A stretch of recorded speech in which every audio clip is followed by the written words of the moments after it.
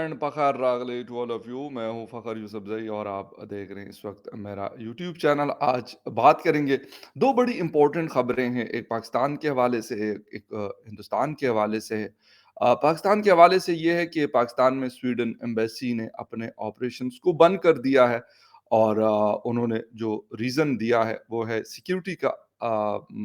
Reason दिया है उन्होंने सिक्योरिटी सिचुएशन के हवाले से। उन्होंने कहा कि हम सेटिस्फाइड नहीं हैं, therefore we are going to shut down our embassy in Pakistan, in Islamabad. यकीनन इस्लामाबाद में ही उनकी मेन एम्बेसी थी, कॉन्सुलेट्स तो शायद कहीं और एक आध हो, बट वो बंद हो चुकी है। और ये उन्होंने नहीं बताया कि ये हम हफ्ते के लिए बंद कर रहे हैं, महीने के लिए, 6 महीने के लिए या साल के लिए। गैर मुअय्यना मुद्दत के लिए अनअनाउंस्ड जो टाइम है, उन्होंने बताया कि भाई हमें अपने लोगों की सिक्योरिटी ज़्यादा अजीज़ है, बाकी चीज़ें बात की। इसके साथ बॉर्डर के उस पार एक बहुत बड़ी एक्सरसाइज होने जा रही है इसी वीक, और वहाँ पर दुनिया का माना हुआ बी 1 बम्बार जो है, अमेरिकन बड़ा फेमस जहाज़ रहा है वो। अगर हम उसकी बात करें वियतनाम के हवाले से, इराक के हवाले से, अफ़गानिस्तान के हवाले से, गल्फ़ के हवाले से या बाकी दुनिया के हवाले से, तो इसका नाम बड़ा एक जिसे कहते हैं कि एक डरावना ख्वाब होता है कि बी 52 जो है, बी 1 बम्बार जो है वो आ रहा है। ये एक्सरसाइज है जी, कोप इंडिया एक्सरसाइज है जो इस वीक के आखिर में ये होनी है। लेकिन एक बहुत बड़ी डेवलपमेंट है कि पहली दफ़ा ऐसा हो रहा है कि बम्बा जो बी 1 बम्बार हैं, बॉम्बर्स हैं यूएस मेड, वो पहली दफ़ा इंडिया में आ रहे हैं। और एक खबर ये भी साथ आ रही है कि क्या अब ये इंडिया को मिल भी रहे हैं? तो इस हवाले से भी कुछ चीज़ें आपके साथ शेयर करनी है। डिटेल में जाएँगे, इन दोनों खबरों की बात करेंगे, लेकिन उस डिटेल में जाने से पहले आपसे रिक्वेस्ट करूँगा कि जिन-जिन लोगों ने मेरे चैनल को सब्सक्राइब नहीं किया, प्लीज़ चैनल को सब्सक्राइब करना, बेल और लाइक का बटन दबाना ना भूलें। सबसे पहले आते हैं जी स्वीडन की एम्बेसी के हवाले से। वैसे तो स्कैंडिनेवियन कंट्रीज़ में से एक बड़ा इम्पोर्टेंट मुल्क है ये स्वीडन, डेनमार्क, फ़िनलैंड और नॉर्वे। अ, इत्तेफ़ाक है, मुझे जाना हुआ, बड़ा खूबसूरत और बड़ा ज़बरदस्त मुल्क है। लेकिन द थिंग इज़ कि यहाँ पर और हमारे पाकिस्तान के बहुत सारे स्टूडेंट्स वहाँ पे पढ़ते हैं। कुछ वहाँ जाने का इरादा रखते हैं पढ़ने के लिए उनकी मुख्तलिफ यूनिवर्सिटीज़ में। हमारे पाकिस्तान के बहुत सारे स्टूडेंट्स अपनी स्टडीज़, हायर स्टडीज़ को कंप्लीट करते हैं। बहुत सारे पाकिस्तानी भी वहाँ पे आबाद है स्वीडन में। लेकिन उन्होंने अपनी एम्बेसी को शट डाउन करने का ऐलान ऐलान किया है। अच्छा, एक बात हम ये कर रहे हैं कि यूएस की एम्बेसी हो या किसी और कंट्री की, अगर बंद होती है, तो यकीनन आपके ऊपर एक पॉइंट उठाया जाता है, आपके ऊपर एक उँगली उठती है कि भाई ये क्या है? वो लोग क्यों सैटिस्फाइड नहीं है आपकी सिक्योरिटी की वजह से या सिक्योरिटी सिचुएशन की वजह से। मैं ये नहीं कहूँगा कि सिक्योरिटी उनको नहीं provide, no doubt diplomatic enclave में आना-जाना होता है, बहुत अच्छी सिक्योरिटी होती है जितनी भी एम्बेसीज़ हैं।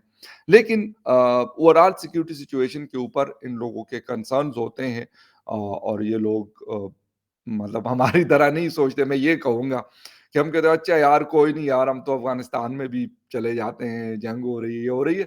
वैसे जर्नलिस्ट की रिस्पॉन्सिबिलिटीज़ और होती है, बट द थिंग इज़ कि फिर भी हम लोगों का इतना वो नहीं होता, हम एशियंस और तरह से सोचते हैं। बहुत सारे पाकिस्तानी जब अफ़गान तालिबान ने टेक ओवर किया, तो मेरे समेत बहुत सारे लोग हमें काबुल में, पंजशेर में, कंदूज़ में, मज़ार शरीफ में, कंदहार में नज़र आए, जलालाबाद में नज़र आए। इससे पहले भी आते-जाते होंगे, लेकिन उस वक़्त क्योंकि लोग डरे हुए थे कि जी तालिबान ने दोबारा टेक ओवर किया है, तो पता नहीं जाना चाहिए कि नहीं जाना चाहिए, लेकिन गए। मैंने कहा मेरे समेत गए।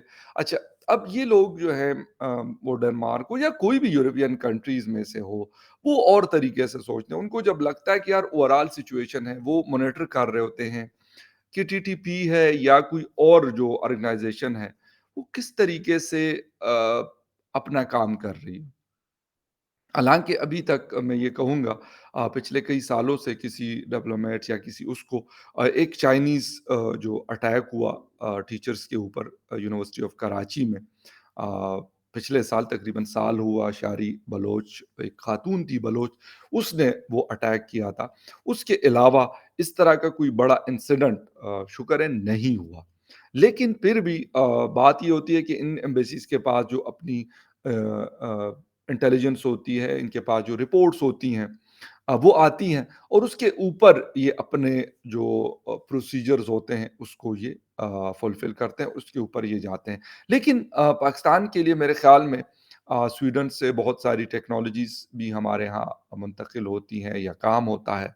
बहुत सारे लोग पढ़ते भी हैं, कुछ कारोबार भी करते हैं। तो मेरे ख़्याल में पाकिस्तान के लिए अच्छा नहीं है और इस वक़्त जो क्रिटिकल सिचुएशन चल रही है, तो फिर क्या होता है कि फिर थोड़ा-सा इसको जोड़ूँगा, हालाँकि स्पोर्ट्स का नहीं है, स्पोर्ट्स के चैनल पे हम स्पोर्ट्स के शो करते हैं और यहाँ पे पॉलिटिक्स के हवाले से होता है। फिर हिंदुस्तान ये क्वेश्चन रेज़ करता है कि जी ये देखें, ये इन्होंने ये कर दिया। अब आपके पास इस बात का क्या जवाब है? हालाँकि मैं ये नहीं कहता, मैं आपको फिर वही बता रहा हूँ कि मैं खुद इस्लामाबाद में रहता हूँ। कुछ डिप्लोमेट से मुलाकात भी होती है, आना-जाना भी होता है। बट मैंने कहा कि उनकी सोच में और हमारी सोच में फ़र्क है। हम और तरह से सोचते हैं। हम कहते हैं कोई नहीं यार, हम तो उस वक़्त भी रहते थे ना जिस वक़्त पेशावर, इस्लामाबाद, लाहौर, कराची, क्वेटा एक जिसे कहते हैं कि मतलब आग में जैसे एक्सक्यूज़ मी घिरे हुए थे। उस वक़्त भी मेरे समेत हम बहुत सारे पाकिस्तान कितने लोग यहाँ से चले गए होंगे? हो सकता है वो 1% गए हों या दो मैक्सिमम 2% गए होंगे, बाकी लोग इधर थे। तो मैंने कहा ना कि हमारी सोच और तरह की होती है, हालाँकि इस्लामाबाद में भी बहुत सारे बड़े-बड़े इंसिडेंट्स होते रहे, रावलपिंडी में बहुत सारे बड़े-बड़े इंसिडेंट्स होते रहे। लेकिन हम पाकिस्तान के लोग क्या करते हैं, वो रहते हैं, अफ़गानिस्तान के लोग भी आज काफ़ी सारे वहाँ पे इस वक़्त भी तालिबान टेक ओवर के बाद भी वहाँ पे रह रहे हैं, जिनका बस चला वो पाकिस्तान शिफ्ट हुए, कोई ईरान चला गया, जिसके पास कोई अगर पासपोर्ट और फ्लाइट अवेलेबिलिटी तो टर्की चले गए। यूरोप में बहुत सारे लोग आबाद हैं, ऑस्ट्रेलिया और अमेरिका में बहुत सारे अफ़गानिस्तान के सिटीज़न रहते हैं, तो उन्होंने वहाँ से निकल गए। बहुत सारे हमारे जर्नलिस्ट जो हैं अभी भी अगर मैं आपको बता दूँ तो नेशनल प्रेस क्लब के सामने जो ग्रीन एरिया है वहाँ पे उन्होंने अपने ख़ेमे से लगाए हुए हैं, टेंट्स लगाए हुए हैं और वहाँ पे मर्द और ख़वातीन दोनों, मेल-फीमेल दोनों वहाँ पे, इवन उनके पास बच्चे भी हैं। लेकिन नेशनल प्रेस क्लब ने उनको एक वो दिया हुआ है कि यार और गवर्नमेंट से भी उन्होंने बात की कि आप इनको नहीं छेड़ेंगे। नॉर्मली आप वहाँ पे इस तरह नहीं रह सकते, लेकिन क्योंकि उनको नेशनल प्रेस क्लब की एक आशीर्वाद हासिल है, लोग सपोर्ट भी करते हैं, हमारे पश्तून जो जर्नलिस्ट हैं, उसमें से कुछ लोग उनको सपोर्ट करते हैं। तो इसलिए कोई उनको तंग नहीं कर रहा और पिछले वो कई महीनों से वहाँ पे लोग रह रहे हैं। कुछ उनमें से बाहर भी चले गए जिनके प्रोसेस हो गए, डॉक्यूमेंट्स कोई फ्रांस चला गया, कोई यूएस चला गया, कोई कहाँ पे, लेकिन अब भी एक बड़ी तादाद वहाँ पे इस वक़्त रह रही है। अच्छा व्हाट द थिंग इज़ कि अगर हम बात करते हैं किसी भी एम्बेसी अगर आपकी कंट्री में वैसे किसी और वजह से हो जाती है कि जी हमारे ताल्लुकात जिस तरह सऊदी अरेबिया और ईरान के बीच में हुआ, वो भी अच्छा नहीं था। लेकिन जब इस तरह की वो एलिगेशन लगाते हैं कि जी आपके यहाँ सिक्योरिटी सिचुएशन बेहतर नहीं है। इसलिए हम अपना सेटअप जो है वो वाइंड अप करते हैं।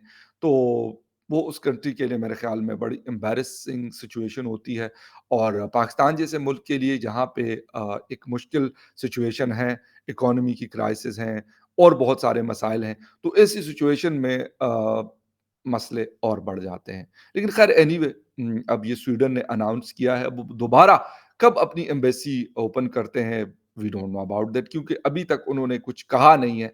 कि हम ओपन करेंगे, कब करेंगे, कैसे करेंगे, नहीं करेंगे और एक चीज़ और भी आपको बता दूँ कि पाकिस्तान के अंदर जो स्वीडन की एम्बेसी थी, तो ये कुछ और यूरोपियन कंट्रीज़ के भी जो चीज़ें होती थी, उसको लुक आफ्टर करती थी।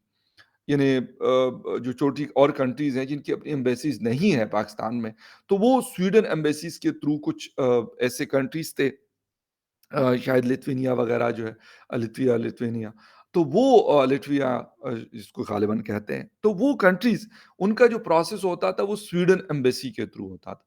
अब अगर कोई किसी का प्रोसेस उसके थ्रू हो रहा है तो उन्होंने साफ कहा है कि भई अगर आपका कोई चीज़ फँसी हुई है तो आप उनसे राब्ता करें यानी जो जिसके थ्रू आप वो पेपर्स भिजवाते हैं, यहाँ पे फेडेक्स ये सर्विसेज़ देता है इस्लामाबाद में या पाकिस्तान में। तो कहते हैं आप उनसे राब्ता करें, तो जिनके वीज़े या कुछ इस तरह की चीज़ें रह गई होंगी, तो वो बेचारे तो फँस गए। अब हो सकता है ये फिर आगे जाके कहें कि जी आप दुबई से करें किसी ज़माने में यूके एम्बेसी का जो प्रोसेस हुआ करता था आज से कई साल पहले। तो वो आप बाकायदा दुबई में इनका सेटअप हुआ करता था, तो यहाँ से आप डॉक्यूमेंट जमा करवाते थे, वो दुबई जाते थे, अबू धाबी में शायद और वहाँ से फिर वो यूके का जो अपना सिस्टम इमिग्रेशन का होता होगा, उसके थ्रू वो सारा सिस्टम चलता था। तो आई थिंक सो अब स्वीडन भी यकीनन पाकिस्तान में बहुत सारे लोग मैंने आपको जैसे कहा कि वहाँ के नेशनल भी हैं, पाकिस्तानी भी हैं और लोग कारोबार भी करते हैं, आना-जाना भी है, स्टूडेंट्स भी हैं। तो उनके लिए अभी तक उन्होंने बोला कुछ नहीं है, लेकिन ये मेरा ज़ाती ख़्याल है कि इस तरह की चीज़ शायद हो सकती है बट ये एक अच्छी सिचुएशन नहीं है। ख़ैर एनीवे आते हैं जी अपने दूसरे टॉपिक की तरफ और वो है जी बी-1 यानी बॉम्बर जो है, बी-1 बॉम्बर अमेरिकन मेड अ, वो उसका आना हुआ है कहाँ पर जी? उसका आना हुआ है हिंदुस्तान के अंदर और दुनिया का पहला मुल्क है जहाँ पर ये जो फाइटर जेट है ये 2 उन्होंने अपने भेजे हैं और ये वैसे नहीं आए कि मतलब वैसे ही घूमने-फिरने के लिए आए हुए हैं। इससे पहले हमने अभी कुछ महीने पहले एग्ज़िबिशन हुआ था, एक्सपो हुआ था बहुत बड़ा, तो वहाँ पे 2 F-35 भिजवाए थे अमेरिका ने। अब इन्होंने जो बॉम्बर्स हैं, बी-1 बॉम्बर्स उसको भिजवाया है। मेरे ख़्याल में ये थ्रेटनिंग तो होगा यकीनन चाइना के लिए थ्रेटनिंग हो सकता है। पाकिस्तान के लिए भी थ्रेटनिंग हो सकता है क्योंकि हिंदुस्तान के साथ पाकिस्तान के भी हालात इतने अच्छे नहीं हैं। लेकिन इस वक़्त ज़्यादा फ़ोकस जो है वो चाइना के ऊपर है और हालात भी ऐसे हैं कि पाकिस्तान की शायद मैं कहता हूँ ठीक है बातचीत नहीं है लेकिन हालात फिर बेहतर हैं। चाइना के साथ बातचीत है लेकिन हालात ख़राब हैं। तो वैसे अगर ये उलट हो जाए कि पाकिस्तान के साथ हालात भी अच्छे हैं, बाकी मतलब बॉर्डर के हालात ठीक है, ओके फाइन, नो कोई इतना कोई बड़ा लोचा नहीं चल रहा है इस वक़्त दोनों तरफ। लेकिन अगर बातचीत भी हो और बिज़नेस भी हो, तो मेरा ख़्याल पाकिस्तान के लिए बहुत अच्छा है, लेकिन ये यहाँ पे अपोज़िट है, वहाँ पे कारोबार हो रहा है, लेकिन इसके साथ जो है चाइना के साथ बातचीत भी हो रही है और शायद हालात भी ख़राब हैं, कुछ बात भी होती है और कारोबार भी हो रहा है। तो ये तीनों चीज़ें एट अ टाइम जो है पैरेलल चल रही है, लेकिन पाकिस्तान के साथ हालात बेहतर हैं। हालात बेहतर मैं इस तरह नहीं कह रहा कि लोग कहते हैं जी वो कोई नहीं हालात बेहतर होते हैं तो आना-जाना होता है, वो नहीं कह रहा हूँ। बॉर्डर की सिचुएशन की बात करता हूँ क्योंकि हालात बॉर्डर से ही जुड़े हुए होते हैं। बॉर्डर पे अगर कोई ऊँच-नीच होती है तो उसका जो इम्पैक्ट है, वो इस्लामाबाद और दिल्ली दोनों में दिखाई और सुनाई देता है, उसकी आवाज़ दूर तक सुनाई देती है। अच्छा, तो ख़ैर बात हम कर रहे हैं जी बम्बर की, बी-1 बम्बर की बात कर रहे हैं। ये पहला मुल्क है इंडिया जिसमें ये आया है। और इसके साथ-साथ ये भी बात हो रही कि ये F-35 भी पहली दफ़ा इंडिया में ही आए किसी दुनिया के किसी मुल्क के मुकाबले में। इसके साथ-साथ ये भी खबरें आ रही हैं कि हो सकता है कि बहुत ज़्यादा चांसेस ये हैं कि ये वाले जो जहाज़ हैं F-35 हो या फिर ये बी-1 बॉम्बर्स हों, ये इंडिया को अमेरिका अमेरिका तो शायद इंटरेस्टेड है मेरे ख़्याल में मतलब मैं इस तरह नहीं कह रहा कोई मेरी एंथोनी ब्लिंकन से बात नहीं हुई, लेकिन जो सूरत-ए-हाल है कि वो काफ़ी कोशिश कर रहे हैं कि वो किसी के यहाँ उन्होंने नहीं भिजवाए, लेकिन यहाँ पे भिजवाए शायद वो चाहते हैं कि इंडिया की एक बड़ी अच्छी मार्केट है, पैसा-वैसा भी अच्छा है और उनको ज़रूरत भी है। तो हो सकता है कि अगर हमारे लिए ये मार्केट हो जाती है, तो फिर हम इसको सेल आउट कर लेंगे। तो गालिबन अमेरिका कोशिश कर रहा है, लेकिन इंडिया की तरफ से कोई ज़्यादा मतलब इन जहाज़ों को ठीक है, वो आने-जाने का तो अलग है कि आते-जाते हैं, वो F-35 फ़रवरी में आया, अभी अप्रैल में जो है ये बी-1 बम्बर्स आ रहे हैं। तो ये तो एक बात है इस हद तक। यकीनन जो वहाँ के इंजीनियर्स हैं, ये सारे लोग हैं, ये इसको देखेंगे और ये सारा कुछ होगा करीब से उनके पायलट्स या बाकी उनके एयर फ़ोर्स के लोग। लेकिन जहाँ तक बात है खरीदने की, तो उसके लिए शायद अमेरिका ज़्यादा कोशिश कर रहा है कि किसी तरीके से ये हिंदुस्तान इन जहाज़ों को खरीद ले। अच्छा इससे पहले मैं आपको बता दूँ कि यूएई के साथ एक डील हुई थी 2022 में शायद 2021 में हुई थी और 2022 में शायद कुछ उसके जो F-35 थे, वो आने थे दुबई के पास, यूएई के पास। लेकिन उन्होंने एंड टाइम पे जब सऊदी अरेबिया के साथ उनके हुए, क्लैशेस इन द सेंस कि जो डिप्लोमैटिक टाइज़ हैं, उसमें बहुत सारी जिसे कहते हैं कि क्रैक्स आए, और जो बाइडेन ने विज़िट भी किया रियाद का उस वक़्त। लेकिन मोहम्मद बिन सलमान ने काफ़ी एक टफ टाइम दिया उनको, एक बड़ा कोल्ड शोल्डर दिया उनको। तो उसके बाद फिर यूएई ने कहा कि यार we are not interested to buy these jet fighters.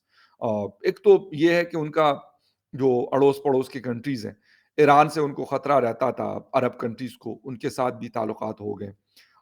सबसे ज़्यादा थ्रेटनिंग उनके लिए होता था इज़राइल, उनके साथ भी सेटलमेंट हो गई है।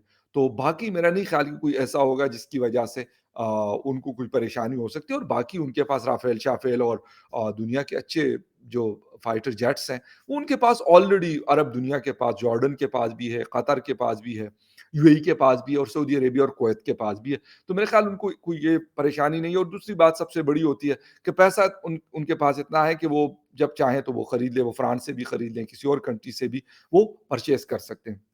लेकिन इस रीजन में ये मेरे ख़्याल में एक बहुत ही बड़ी डेवलपमेंट है, और इसकी वजह ये मैं आपको बता रहा हूँ कि इस वक़्त यहाँ पर मैंने कहा कि पाकिस्तान के साथ गो के बॉर्डर के ऊपर कुछ भी नहीं हो रहा। अगर बात नहीं हो रही, लेकिन बॉर्डर के ऊपर भी खामोशी है, कोई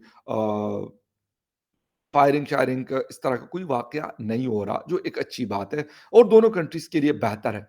बट फिर भी पाकिस्तान की अगर इस वक़्त की कंपैरिज़न तो नहीं बनता, वैसे एयर फ़ोर्स के हमारे बहुत सारे ऑफ़िसर्स ये बात करते हैं कि यार कोई कंपैरिज़न नहीं है हमारा हिंदुस्तान के साथ, उनके एयर फ़ोर्स के साथ, उनकी नेवी के साथ, या उनके आर्मी के साथ। नो डाउट अगर 80-90 अरब डॉलर आप खर्चते हैं, और उसके मुकाबले में अगर आप 8 या 10 अरब डॉलर या 15 अरब डॉलर खर्चते हैं, तो एक बहुत बड़ा डिफरेंस है, 1/4 का डिफरेंस जो है वो आपके पास आता है। तो यकीनन उस हिसाब से जब आप इतना पैसा लगाते हैं, तो उस हिसाब से आप फिर राफेल हो, या फिर F-35 हो, या F-16 हो, या कोई और फाइटर जेट्स हो, आप ज़्यादा बेहतर पोज़ीशन में होते हैं कि आप उसको खरीद सकें। तो ख़ैर ऐसा नहीं है कि हम कहें कि जी बम्बार B-1 आया तो ये। लेकिन द थिंग इज़ कि एक रीजन के अंदर बहरहाल पाकिस्तान के जो फ़ोर्सेज़ हैं, उनके लिए कंसर्निंग होगा। मैं ये नहीं कह सकता कि जी वो कहें नहीं, नहीं जी कोई नहीं, अब बम्बार आया तो B-1 आया तो क्या, B-1 बम्बार आया तो क्या हुआ, या F-35 आया तो क्या हुआ, या राफ़ेल आया। क्योंकि राफ़ेल के ऊपर मेरी जब बात हुई थी, तो उन्होंने मुझे कुछ लोगों ने बताया था, मैं उनका नाम नहीं लूँगा, लेकिन उन्होंने मुझे ये बात बताई थी कि जी जो C-10 है, जो हमने परचेज़ किया चाइना से, वो भी अच्छा जहाज़ है। तो मैं कहा यार अगर मैं कंपेयर करूँ इसका राफ़ेल के साथ, तो आप क्या कहते हैं? क्योंकि आप खुद इस फ़ील्ड में हैं और यकीनन आपको ज़्यादा बेहतर पता। तो उसने मुझे कहा नहीं भाई, मेड इन फ्रांस का और मेड इन चाइना का कंपैरिज़न नहीं। कहते हैं मेड इन चाइना और मेड इन यूएस का कंपैरिज़न नहीं है। आप अगर कहते हैं करते हैं तो ये बनता ही नहीं है कोई। कहते हैं बहुत फ़र्क है, बहुत सारी चीज़ों में फ़र्क है। और एक चीज़ और भी मुझे पता चली थी कि जब हम इस तरह की चीज़ें खरीदते हैं तो चाइना उसके अंदर बहुत सारी चीज़ें ऐसी हमें देता है जो वो खुद के लिए तो रखता है, लेकिन हमें अलाउ नहीं करता। बहुत सारी चीज़ें उसने ऐसी बताई, और कहते हैं फिर हमारे लिए प्रॉब्लम होती है उसको मेंटेन रखने के लिए। तो मैंने उनको कहा कि भई ये तो F-16 के साथ भी है। उसने कहा F-16 के साथ है, लेकिन F-16 के लोग यहाँ पे होते हैं, और हमारे बहुत सारे लोग ट्रेन्ड भी हुए हैं टेक्नीशियंस उसके हवाले से। लेकिन कहते चाइना कुछ ऐसी चीज़ें कर लेता है कि वो नहीं देता, कुछ सम टाइम कुछ ऐसे मिसाइल्स होते हैं जो उससे फायर होने होते हैं, या कुछ और चीज़ें होती हैं, वो उसमें नहीं देते। वो कहते हैं अगर आपको ये चाहिए तो हम आपको अलग करके फिर अपग्रेडेशन एक स्टेप होगा तो उसमें हम आपको करके देंगे। तो उसके मुकाबले में उन्होंने कहा कि जी राफेल अगर उनको बना के दिए, तो राफेल की सिर्फ राफेल नहीं मिल रहा, राफेल के साथ उसकी टेक्नोलॉजीज़ इंडिया को ट्रांसफ़र होनी है। F-35 अगर खरीदेगा भी इंडिया, तो हो सकता है नेक्स्ट 5 टू 10 इयर्स में फिर उसकी वो प्रोडक्शन करेगा F-35 की, या F-16 की कुछ चीज़ों के हवाले से हमें पता बात चली है कि वो तो उनके लिए ये है कि ठीक है, वो अभी आज परचेज़ कर रहे हैं। उन्होंने लेट्स सपोज़ 100 फाइटर जेट्स लिए, मेरे ख्याल 140 राफेल उनका शायद डील है, या 150 है। लेकिन ये 150 तो आएँगे, लेकिन इसके साथ फिर टेक्नोलॉजी ट्रांसफर शुरू हो जाएगा। तो अब इंडिया को नेक्स्ट मतलब आफ्टर 10 इयर्स इस चीज़ की फ़िक्र नहीं होगी कि यार हम क्या कर रहे हैं, मतलब हमारे पास ये जहाज़ जो है, इसको वो लॉन्ग टर्म जो है वो मेंटेन कर सकते हैं। हमारे साथ मसला ये होता है कि अगर हम किसी से खरीदते हैं, एक तो हमारे पास F-16 है, एक फ्रांस के हमारे पास मिराजेस थे, जिसमें अभी भी कुछ थोड़े बहुत हमने मेंटेन किए हुए हैं, लेकिन अब वो बहुत पुराने हो गए। F-16 ठीक है, इन अ गुड कंडीशन, जो हमारे पास ब्लॉक 52 के हैं, वो बेहतर है। लेकिन द थिंग इज़ कि उसका अगर मैं ये कहूँ कि जो लेटेस्ट F-16s हैं, तो वो मॉडिफ़िकेशन तो अभी हमें नहीं मिली। अगर अभी जो लेटेस्ट जिस तरीके से अभी 2 साल पहले फाइटर जेट राफ़ेल्स मिले इंडिया को, तो यकीनन वो बिल्कुल लेटेस्ट टेक्नोलॉजी से लैस हैं वो, इक्विप्ड हैं वो। तो ये फ़र्क है। फिर अगर इस तरीके से F-16 अगर इंडिया के पास आता है, तो वो भी वो वाला होगा जो बिल्कुल लेटेस्ट होगा। अगर वो लेट्स सपोज़ मैं कहता हूँ F-35 लेते, तो F-35 तो है ही नया फाइटर जेट, बहुत दुनिया का महँगा तरीन है। तो ये वो चीज़ें हैं जिसकी वजह से एक डिसबैलेंस तो पहले था, अब भी है, लेकिन द थिंग इज़ कि एक थ्रेट भी है। लेकिन सबसे बड़ा थ्रेट यकीनन मैंने कहा चाइना के लिए तो है, और चाइना इस वक़्त क्योंकि बिफरा हुआ है, मैं ये कहूँगा बिफरा हुआ हाथी जिस तरह का होता है जंगल का, उस तरह की चीज़ें हमें देखने को मिल रही है। वो सिम्युलेटर के ऊपर जो है वो ताइवान के ऊपर मुख्तलिफ स्ट्राइक्स कर रहा है। हालाँकि रियल में वो सुमित पीर साहब हमेशा मेरे शो में कहते हैं ये यहीं तक रहते हैं। कहते इससे आगे नहीं जाते, और मैं कहता हूँ ना ही जाए तो अच्छा है, ठीक है, अपनी फ्रस्ट्रेशन उसपे निकाल ले, बहुत बड़ी अच्छी बात है। लेकिन फिर भी ये हम नहीं कह सकते कि नहीं जी ऐसा नहीं हो सकता इन रियल। वो इंडिया के साथ हो, इंडिया और चाइना का हो, ताइवान और चाइना का हो, या चाइना और अमेरिका का हो। ये सारी चीज़ें जो है ये सामने है, वैसे ये कोई ये नहीं है, इसको आप ये नहीं कह सकते कि ये ऐसा कुछ नहीं है। तो ये है एक बहुत बड़ी डेवलपमेंट, दोनों बड़ी इंपॉर्टेंट चीज़ें थी, मैंने कहा आपके साथ शेयर कर लूँ। तब तक के लिए टेक केयर एंड बाय।